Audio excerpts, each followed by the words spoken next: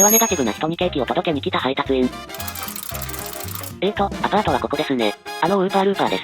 ご注文のバースデー用特製ホールケーキ、お届けに上がりました。どうせ俺なんて、誕生日なのに誰からも連絡来なくて、一人でこれを食べる孤独な存在なんだ。すいません、玄関暗くてよく見えないんで、受け取りお願いできますか？俺の人生、ずっと真っ暗闇だ。希望の光なんてどこにもない。一応オプションのろうそくを付けしてますけど。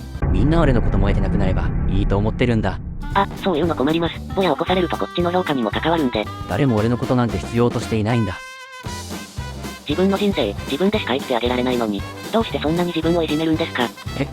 他人の評価より、自分で自分を評価してください。自分で、自分を、評価、そうだな。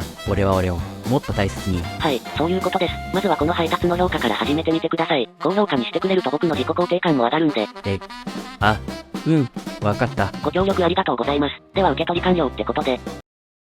ハッピーバースデー。